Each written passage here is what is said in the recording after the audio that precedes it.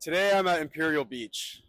Used to be known for its surf and sun, but today it's known for its sewage, its smells, and its empty beaches. For nearly 4 years straight, Imperial Beach has remained closed to the public. No surfing, no swimming. Why? The beach has been off limits for the last 3 years due to sewage spillage in the Tijuana River. Residents and restaurant owners are demanding answers. This crisis stems from a cross-border sewage nightmare. Millions of gallons of raw sewage and industrial waste flow from Tijuana into Imperial Beach every day, turning the Tijuana River into a neon green torrent of pollution. This filth gushes through the river valley and spills into the Pacific Ocean, pushing bacteria counts to over 100 times the safe level. The result? An enduring ecological disaster. Imperial Beach's waters have been deemed too dangerous for human contact for over 1,000 days. Even the air is affected.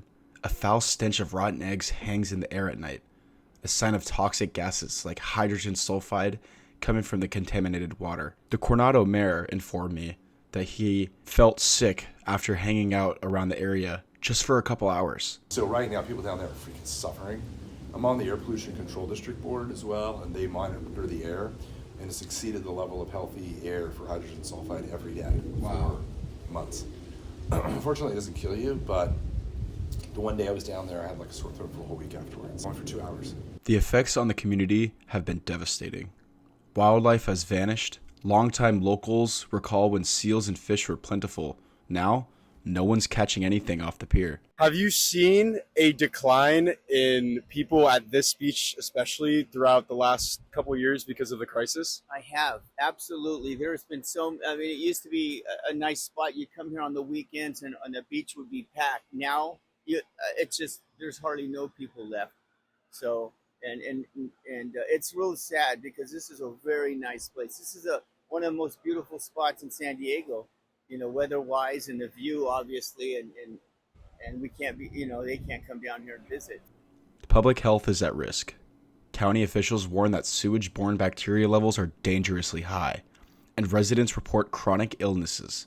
Some suffer from constant headaches, nausea, and respiratory problems. One local resident even said they wound up in the ER because they could not breathe. Doctors are concerned not just about skin infections from the water, but the air you breathe in.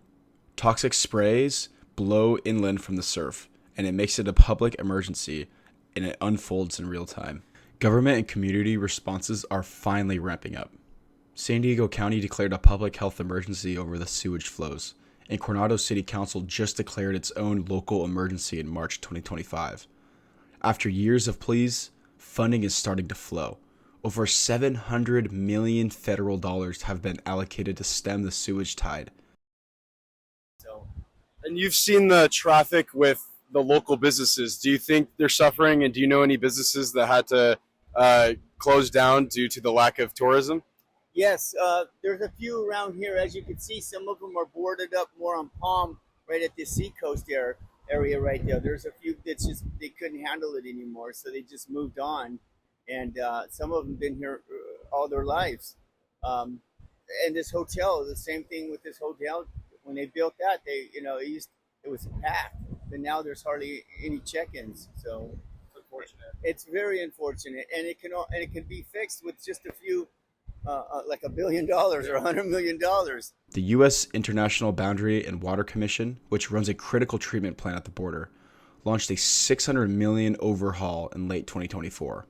That project will double the plant's capacity from 25 to 50 million gallons a day, aiming to capture and treat 90% of the sewage that's been spilling into the ocean. Officials say the plant, which has fallen into disrepair and violated clean water laws hundreds of times, finally met the pollution standards again as of November. How did it get this bad, you may ask? Unfortunately, officials from both sides in the U.S. and Mexico point fingers at each other. The U.S. blames failing infrastructure and the lack of Congress funding. The U.S. government blames Mexico for its relentless dumping of sewage, and they haven't stopped. Caught in the middle of this crisis are communities like Imperial Beach and Coronado, and it's around 27,000 community members and businesses being affected daily. Relief can't come soon enough. The upgrade could take up to 5 years to complete, and each winter storm brings the threat of yet another massive sewage spill. Frustration is boiling over. Nearly 1,000 Imperial Beach residents have joined a lawsuit against the plant's operator, accusing it of neglecting public safety. This is the problem over the years, that we give them money and they run off and say, yeah, we'll fix it, catch you later. And they fix it, but not enough. So I think that's a great start. That's great that we're getting money. And the most important part to me is not because I have a family, I have a home right 4 blocks away, and but it's the military. They're the suffering the most. These are the people that go protect us, and they fight and die for us. So this is where it really gets me in my heart. I mean, I was raised with this. I can, but the military, that's the most important part. The SEAL team, and there was so many infections. They had so many. I don't know exact numbers, but it's really bad for the military, especially the Navy SEALs, because they train in the water. They jump out of helicopters and they dive, and so that's where it really hits me hard. Community activists, from Surfrider to local volunteers, have been testing water and rallying for change, determined to keep the pressure on. This has been Corey Hawkins reporting from Imperial Beach. Thank you.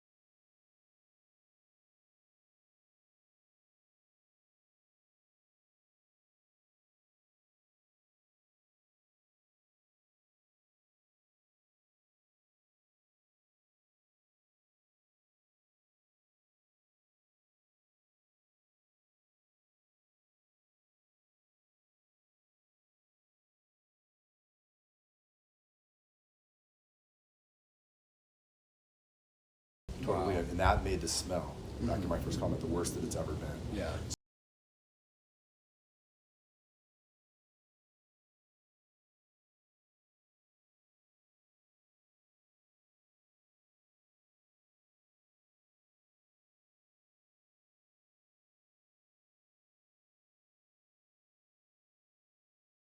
So it was brutal. Like, you feel sick, you feel gross. Everything I had on, I take off and set my jacket. I'd only worn it once to the cleaners. I mean, it was just, it's horrible. Yeah, so imagine how disgusting. people live near it. Yeah, and so when Lee Zeldin, the EPA administrator, was here last Tuesday, he said he went down, he'd just come from down there at the border before we met, and he said it reminds him of like the air after like 9/11. Wow. It's like, it's definitely not good.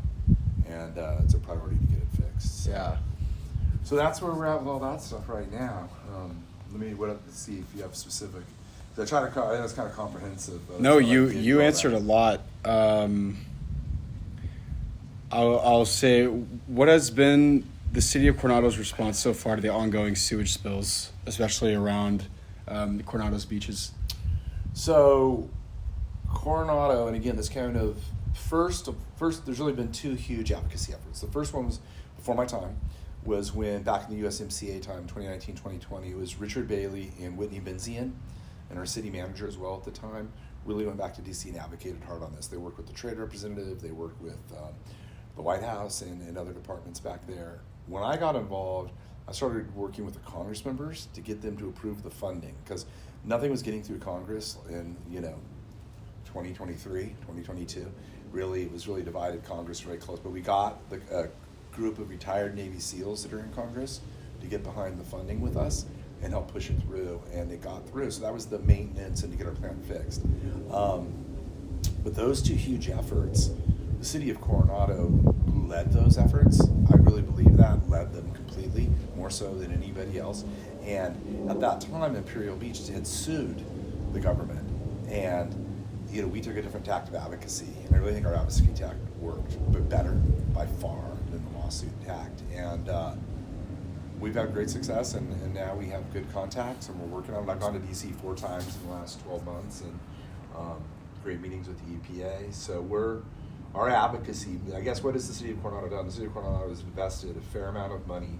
We have an advocate law firm, lobbyist, it's Best and Krieger, and they're on retainer all year long with us on this specific issue. And they can get us access to almost anybody, and they're really well respected. And that investment by the city in that, and then paying for travel and for my advocacy and Richard Bailey's advocacy and other council members when they go, has been huge. Like, it really has made the difference if you talk to the people back there. Awesome. For our little tiny town. Yeah. That we did it. I mean, that impact was huge. And obviously, the mayor of Imperial Beach is very local in the press. I don't care if I even agree with the advocacy. Anybody who wants to yell about it is good with me. She has gone back on a trip with me. They're putting us 2 mayors together. It was very successful. And she was great. It was very kind of her and nonpartisan to invite me. And we had a great meeting. I just saw her today for lunch. I saw her last Wednesday. It's really that constant advocacy and building relationships. That retired Navy SEAL contingent is super powerful. So there's a bunch of those guys, and they're good friends. One of them just became a U.S. senator too. But I think some of the local politicians having good relationships with our local Congress members, from Darrell Issa to Scott Peters to Juan Vargas, has been good. But they've been around a long time. I think there was a sense that the money going to the IBWC was being wasted at one point, and we needed more oversight and things like that. So we've tried to support that as well to get the Congress members on board. But now the push again is with the right now the push is with the administration to do something, whether it's an executive order or a new minute order on which is like an amendment to the USMCA, or whether we renegotiate the whole USMCA and they have like USMCA 2 and have real consequences. So if Mexico dumps too much sewage, or if it doesn't come up with a plan for its growth, or for the rest of its sewage down at San Antonio Los Buenos, that there's penalties to make them do it. Sweet. Yeah, so we're looking at a whole wide variety of penalties, and I don't know which ones will be accepted or not. They could go from as draconian as shutting down commercial traffic at the border for an hour every day until they fix it, or having a tariff or a fine at the border, or there's issues with water deliveries. If you want to look up something interesting, if you haven't seen it, about 3 weeks ago, Mexico they called it an emergency. It's not an emergency where people can't drink, but they just said, hey, we need to replenish your water here. Can we get an emergency delivery of water in the United States? And the United States said no, for the first time ever. And they tied it to the fact that Mexico is supposed to be delivering water along the Rio Grande in Texas, and has never done it for like 10 years. And the Secretary of State said, you're not living up to your obligations here. Why would we help you? Why would we just do this voluntary one? You're not living up to the mandatory ones. And the president of Mexico said, we're having issues, whatever, but we will start delivering water now. So when it becomes their interest to live up to the obligations, they'll do it. Yeah. When it's not, they often don't. I don't want to totally, castigate the whole country, but that is often the truth. It's I mean, if there's a pattern of it, then it's obvious. There's a pattern of it, and especially with water and with sewage. I mean, their deal is, why is it in their interest to clean up the sewage? Yeah. It should be for their people that live near the border and for us, and because, it's a really bad violation of sovereignty to dump over 1 billion gallons of raw sewage a year into another country. But we need to come up with a mechanism to make it their responsibility and their desire that the pain, if they don't do it, is so bad that they'll do it. So. Obviously, Imperial Beach has seen an impact of tourism, but have you noticed a measurable impact on tourism, business, or public recreation due to beach closures or pollution warnings? So I would say there is an impact. There definitely is an impact. It's not massively significant yet, but that's my concern, is that if we get permanently known as, like a dirty beach, like a toilet, it will have a significant impact.